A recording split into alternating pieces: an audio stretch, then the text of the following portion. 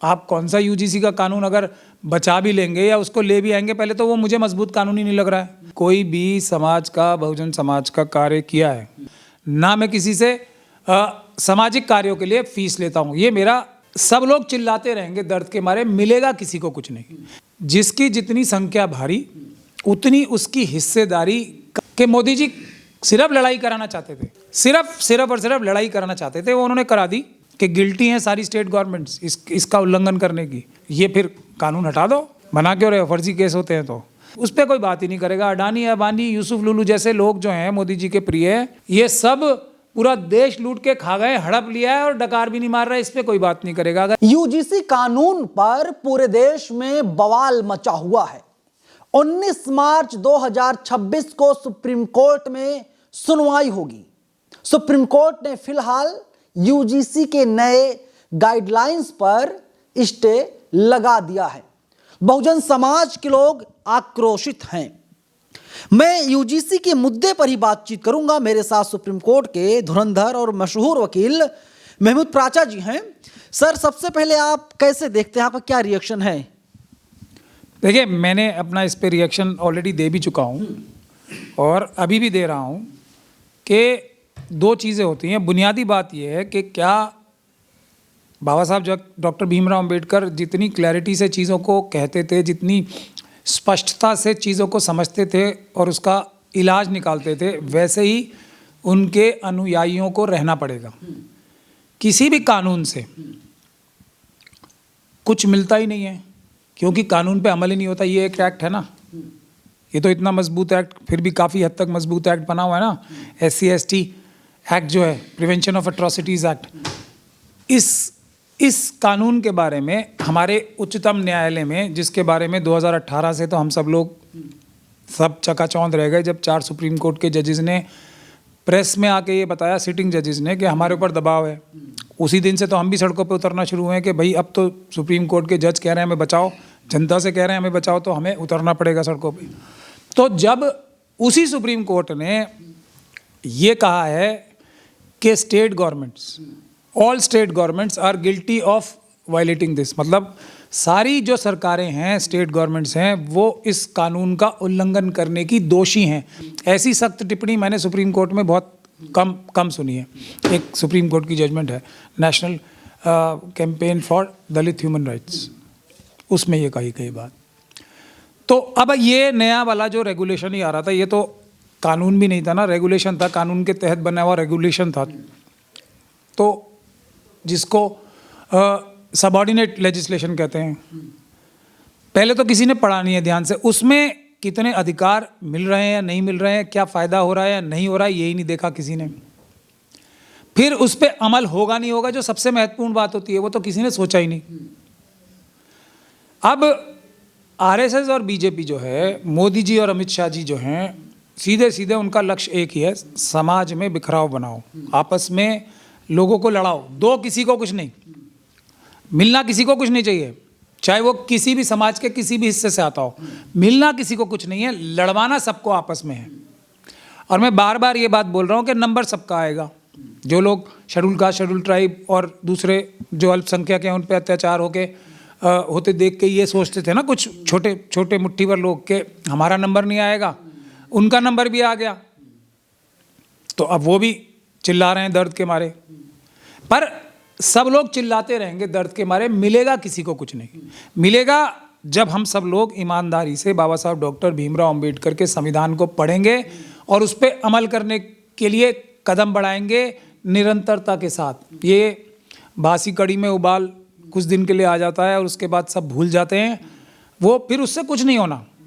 तो मेरा कहना ये है, जिसकी जितनी संख्या भारी उतनी उसकी हिस्सेदारी का जो प्रिंसिपल बाबा साहब ने हमारे संविधान के माध्यम से दिया है, उस पर अमल होना चाहिए।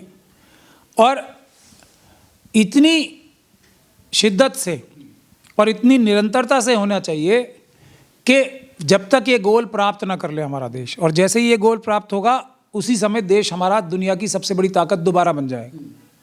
ये बुनियादी बात है। हाँ, मुझे एक बात की खुशी बहुत है कि लोग अब कम से कम इतनी बात तो मेरी मान रहे हैं, परसेंट जो किसी भी तरह का न्याय मिलेगा, ख़ास तौर पे कमज़ोर वर्गों को, जो और कमज़ोर वर्ग या सताए हुए लोग किसी भी जगह हो सकते हैं, वो मिलेगा आंदोलन से, जन आंदोलन से। 20% अदालतों से मिलेगा, जिसमें माननीय उच्चतम न्यायालय भी शामिल है। क्योंकि और जो लोग प्रोटेस्ट करने की बात कर रहे हैं, जो लोग आंदोलन करने की बात कर रहे हैं, आंदोलन होना चाहिए, लेकिन उसकी डायरेक्शन क्या होनी चाहिए वो मैं आपको बता देता हूं। जो सुप्रीम कोर्ट के 4 जजेस ने कहा था ना, हम लोगों ने सुप्रीम कोर्ट पे कई प्रदर्शन किए हैं, आप लोगों को पता है ना, लेकिन वो प्रदर्शन किस लिए होते हैं, और हम लोग शायद पहले ऐसे लोग हैं जिन्होंने सुप्रीम कोर्ट पे मजबूत से मजबूततम प्रदर्शन किए हैं। लेकिन वो किस लिए किए हैं कि हमें जो प्रेशर सुप्रीम कोर्ट के जजेस ने बताया था कि उनके ऊपर दबाव है, ऑब्वियसली मतलब ये स्पष्ट है कि वो दबाव तो सरकार की तरफ से ही होगा, वरना आम आदमी कौन सा दबाव डाल सकता है सुप्रीम कोर्ट के ऊपर। तो उस दबाव के सामने एक बड़ा दबाव पैदा करना पड़ेगा कि जजेस बिल्कुल नहीं डरे, दबाव में नहीं आए।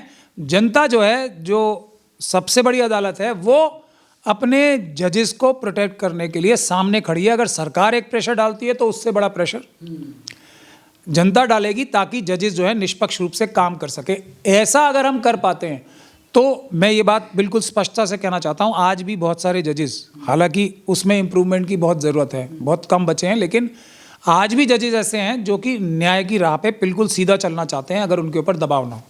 सर, बहुजन समाज की आबादी इस देश में लगभग 125 करोड़ है, 120 करोड़ के आसपास है। सभी लोग तैयार बैठे हैं, कह रहे हैं कि अगर अभी हम हक नहीं ले पाए 2026 में, तो आने वाले वक्त में हमारी नस्लों को ख़त्म करने की शुरुआत ये लोग कर देंगे, क्योंकि सभी जगह पर इनका ही कब्जा है, चाहे अदालत हो, चाहे ज़्यादातर जो वकील हैं, इसके अलावा जो वाइस चांसलर हैं, जो प्रिंसिपल हैं, सब जगहों पर इन्हीं का कब्जा है, एक जाति विशेष वर्ग का।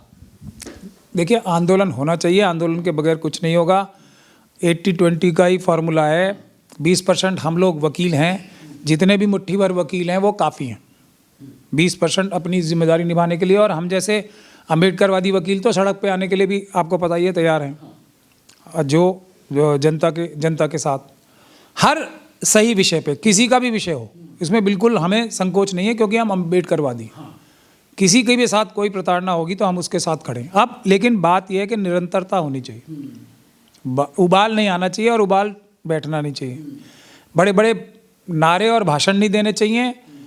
उससे अच्छा ये है कि एक प्रैक्टिकल प्रोग्राम बना के निरंतरता के साथ आंदोलन किया जाए, सब समस्याओं का समाधान होगा। लेकिन क्या समाधान है उसके बारे में किसी ने विचार किया है? क्या जो कानूनी प्रावधान है रिजर्वेशन के SC STs के लिए या OBCs के लिए, क्या वो सभी पद जो हैं मिल गए हैं SC ST को 27%, 27.5%, और शेड्यूल ट्राइब को 15 और 7.5% मिल गया है कहीं भी, किसी भी जगह पे? बैकलॉग है हर जगह, मतलब बैकलॉग का इतना अंबार है कि बस किसका कोई आसमान तक बैकलॉग पहुंचा हुआ है। उसके बारे में प्रैक्टिकल आंदोलन हुआ है आज तक? मुंह दिखाने के बहुत आंदोलन हुए हैं। जो हमारी असली मुद्दे हैं, बुनियादी मुद्दे, उसको भूल के हम एक जो मोदी जी और अमित शाह जी लड़ाई कराने के लिए कोई काम करेंगे, उस पर पूरी ताकत लगा देंगे। अब अगर जनता जाग रही है, आज बहुत जागृत है समाज, पूरा देश जागृत है आज, तो अब हम कम से कम मुद्दे तो चूज करें सही से। भेदभाव किसी के साथ भी नहीं होना चाहिए। हम तो ये कह रहे हैं कि स्वर्ण समाज के साथ भी भेदभाव नहीं होना चाहिए, जो अपने आप को स्वर्ण कहना चाहते हैं, बिल्कुल भेदभाव नहीं होना चाहिए। संविधान पढ़ो, उसके हिसाब से सबको मिलना चाहिए। इसमें किसको तकलीफ हो सकती है? जिसको होगी वो ईमानदार नहीं है भाई। संविधान के खिलाफ जो भी जाना चाहता है वो तो बेईमानी है ना, फिर वो ईमानदारी नहीं है और वो देशभक्त भी नहीं है, देशद्रोही है।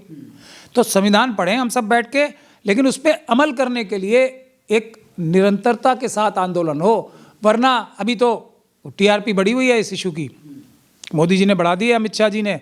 और तुषार मेहता साहब के बारे में तो आप सब कह रहे हैं, मैंने तो पहले दिन ही कहा था कि वो उन्होंने हारने के लिए ही, शायद ऐसा लग रहा था कि वो हारने के लिए ही संतुष्ट थे।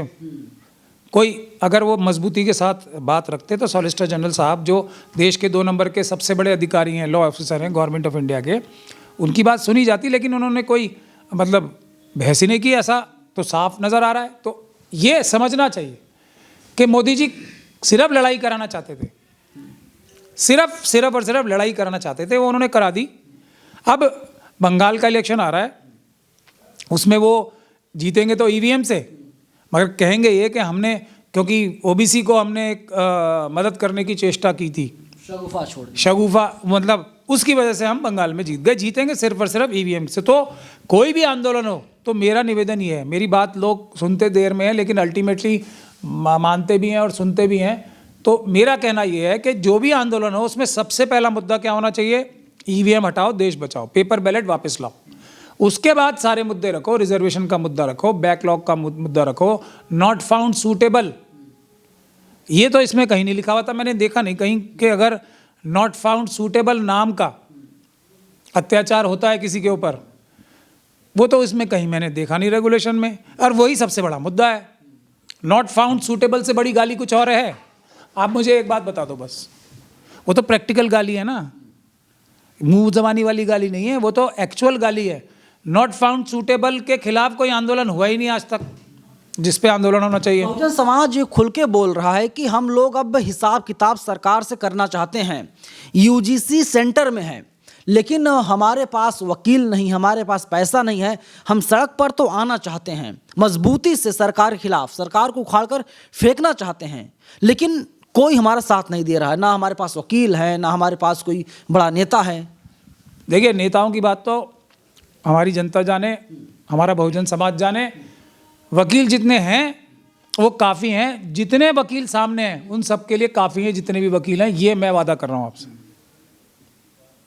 आप लोगों ने अभी वो उन्नाव वाला केस देख लिया है, उसमें कितने वकील किस तरफ थे ये भी आप लोगों ने देख लिया है, हम लोग काफ़ी हैं। केस लड़े, अगर मान लीजिए कोई जो बहुजन समाज सड़क पर आता है, आंदोलन होता है और गिरफ्तारी होती है, तो फिर केस कौन लड़ेगा? लड़ेंगे आप फ्री में या पैसा लेंगे, चार्ज लेंगे? बता दीजिए जनता को। ये मुझसे पूछने की बात है तो ये थोड़ा मेरा अपमान सा मुझे लगता है। मैंने कोई भी समाज का, बहुजन समाज का कार्य किया है तो वो मैं अपनी जिम्मेदारी समझ के करता हूँ, ना मैं किसी से सामाजिक कार्यों के लिए फीस लेता हूँ। ये मेरा अपना फैसला है, मैं किसी के ऊपर इसमें कोई एहसान भी नहीं कर रहा हूँ, ये मेरा अपना काम है जो मैं अपनी मतलब अपना ही काम कर रहा हूँ। तो जिम्मेदारी भी क्या है मेरे लिए, अपने लिए है। मैं बहुजन समाज का हिस्सा हूँ, देश के बाबा साहब डॉक्टर भीमराव अंबेडकर का एक छोटा सा सिपाही हूँ। ये तो कहने की ज़रूरत नहीं है ना, कोई भी कहीं भी किसी भी समाज का व्यक्ति अगर प्रताड़ित है, नाजायज़ दबाया गया है, तो मेरी जितनी ताकत है मैं लगाता हूँ, कोई फीस चार्ज नहीं करता हूँ, ये दुनिया जानती है। हाँ। तो सर बताइए कि अब सीजीआई साहब ने कहा कि देखिए आजकल शादियां जो हैं इंटरकास्ट भी हो रही हैं, कोई दिक्कत नहीं है, सब लोग इक्वल हैं, और इसी को आधार बनाते हुए, आधार मानते हुए उन्होंने स्टे लगा दिया और कहा कि 19 मार्च 2026 को सुनवाई होगी। अब देखिए, ये बात सही है, शादियां हो रही हैं, इसमें कोई गलत बात नहीं है, लेकिन पेशाब कांड भी हो रहे हैं नहीं हो रहे हैं। अगर कोई हमारे बहुजन समाज का व्यक्ति, यादव समाज का व्यक्ति, अगर मैं सीधा सीधा बोल दूं तो अगर कोई कथा बाचने चला जाता है तो उसके साथ क्या होता है वो भी हो रहा है, दोनों चीज़ें हो रही हैं ना। तो अब इसका तो किसी ने डेटा निकाला नहीं कि क्या चीज़ ज़्यादा हो रही है, क्या इंटरकास्ट मैरिज हो रही हैं या ये पेशाब कांड ज़्यादा हो रहे हैं, बलात्कार, रेप, जो ये हाथरस का कांड हुआ और कितने केस तो हम और आप देख ही रहे ना, या वो ज़्यादा हो रहे हैं। इसका डेटा किसे बताना चाहिए था? माननीय उच्चतम न्यायालय को, ये हमारे सॉलिसिटर जनरल साहब को, तुषार मेहता साहब को बताना चाहिए था कि नहीं नहीं ये बात ठीक नहीं है। अगर के शादियां हो रही हैं तो ये काम भी हो रहे हैं और ये काम शायद ज़्यादा हो रहे हैं। वो तो डेटा सरकार के पास है, एनसीआरबी में जाते 1 मिनट में निकाल के दे देते।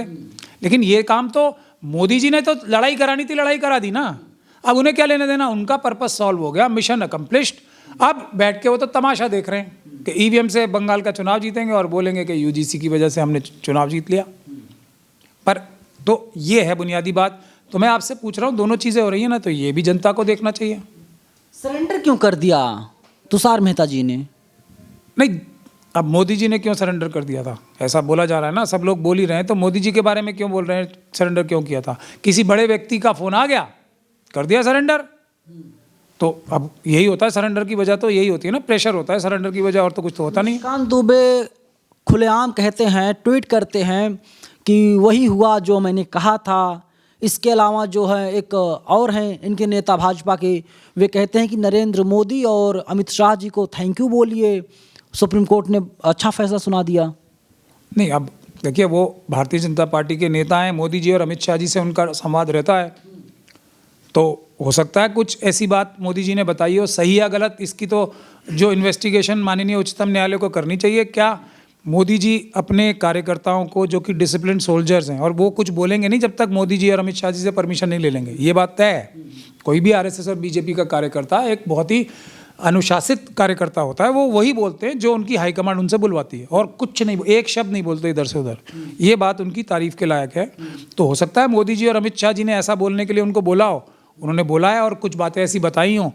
आप उसके लिए अगर उच्चतम न्यायालय उचित समझेगा तो इन्वेस्टिगेशन करा लेगा, दूध का दूध और पानी का पानी हो जाएगा। अगर ऐसी कोई बात गलत या सही, मुझे तो लगता है गलत ही बोली होगी मोदी जी ने, ऐसे ही कि हमने करवा लिया सुप्रीम कोर्ट से, ये भी हो सकता है बोली हो, लेकिन ये इन्वेस्टिगेशन का विषय है, इस पर इन्वेस्टिगेशन होगा तभी सच्चाई सामने आएगी। कौन करेगा जांच? सवाल अपने आप में ये भी सबसे बड़ा पैदा होता है। भरोसा है सुप्रीम कोर्ट से आपको? भरोसे का फॉर्मूला तो अब जनता मान ही रही है ना हमारे वाला। समर्थन में खड़े हों, प्रदर्शन करें सुप्रीम कोर्ट के बाहर के हम के न्यायाधीश बिल्कुल निष्पक्ष रूप से फैसले करें। जनता खड़ी है साथ आपके, बाहर आए सुप्रीम कोर्ट के, खड़े हों, एकदम दीवार बन के खड़े हों न्यायाधीशों की रक्षा के लिए। बिल्कुल होगा, क्यों नहीं होगा। प्रेशर तो जब 4 सुप्रीम, अरे हम लोग क्यों एकदम मतलब एकदम शॉक्ड हो गए, मतलब हमें तो उस दिन प्रेस कॉन्फ्रेंस के बाद इतना मतलब हज़ारों वोल्ट का करंट लग गया था। उसके बाद से हम लोग चैन से नहीं सो पाए, क्योंकि बाबा साहब की सबसे बड़ी एक जो प्रोटेक्शन है वो तो न्याय व्यवस्था ही है ना, सुप्रीम कोर्ट ही था ना। तो हम लोग तो, हमारी दिन रात की नींद क्यों उड़ गई तब से, इसलिए कि हम ये वाली चीज़ तो बिल्कुल ख़त्म करके तभी चैन की सांस लेंगे कि ये न्यायाधीशों के ऊपर दबाव किसी भी प्रकार का सरकार की तरफ से बर्दाश्त नहीं किया जाएगा। मतलब जज अच्छे हैं, जजों में कमियां नहीं है, बल्कि दबाव है, प्रेशर है उनके ऊपर, इसलिए वे लोग उनके हाथ बंधे हैं। अभी हमने देखा संभल में जो सीजेएम साहब ने आदेश दिया मुकदमा दर्ज करने का, ट्रांसफर कर दिया गया उनका। देखिए ये ट्रांसफर नहीं, डिमोशन किया गया, डिमोट भी किया गया उनको। जज लोया साहब का एग्जाम्पल सबसे बड़ा है ना। मैं इसके बारे में मैं क्या बोल सकता हूँ, बहुत सारे एग्जाम्पल ऐसे हैं। और एग्जाम्पल तो चलो फिर भी आदमी कयास लगाता है, अंदाजे लगाता है, लेकिन जब 4 सुप्रीम कोर्ट के जजेस ने मतलब प्रेस में आके बोल दिया, ऐसा कभी नहीं हुआ, ऐसा कभी नहीं हुआ। अब इसके बाद कोई अंदाज़ा लगाने की तो बात ही नहीं रह जाती ना, जब तक के इसके बारे में कोई पूरी एक फुल कोर्ट प्रेस में जाके मतलब या जजमेंट पास करके ये ना बोले कि हमारे ऊपर किसी प्रकार का कोई भी दबाव नहीं है।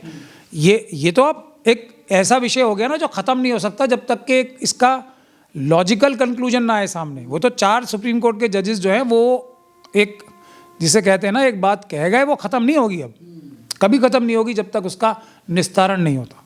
तब तक सब अम्बेडकरवादियों को उस चीज़ का निस्तारण करने के लिए, उस चीज़ का कोई इलाज ढूंढने के लिए दिन रात एक करनी पड़ेगी, और वो हम लोग कर रहे हैं। सर आपको क्या लगता है कि अभी जितना भी SC/ST एक्ट ऑन है, चालू है, मतलब लग जाता है, क्या पूरी तरीके से इसको बुझाने की कोशिश की जा रही है? अगर ये जो UGC है, अगर वापस से लोग नहीं ला पाते, उसको लागू नहीं करवा पाते, शुरुआत है, संकेत है, क्या समझा जाए? ये कागज़ों पे ही है, हमारे जूते घिस जाते हैं इसको इम्प्लीमेंट कराने में। इम्प्लीमेंट तो होता ही नहीं ना ये कभी भी। मैं यही तो बता रहा हूँ आपको, प्रैक्टिकल बात। मतलब एक तो ये एक सपनों की दुनिया में रहना है तो हाँ ये एक्ट है, UGC की तो बात की बात है, पहले ये एक्ट तो है ना, ये तो कानून है, वो तो डेलीगेटेड लेजिस्लेशन है ना, यानी कि सेकेंडरी है ना रेगुलेशन। तो ये तो खुद पार्लियामेंट का कानून है जो पार्लियामेंट ने ही पास किया है, अपने आप बनाया है। ये नहीं हो रहा है इम्प्लीमेंट,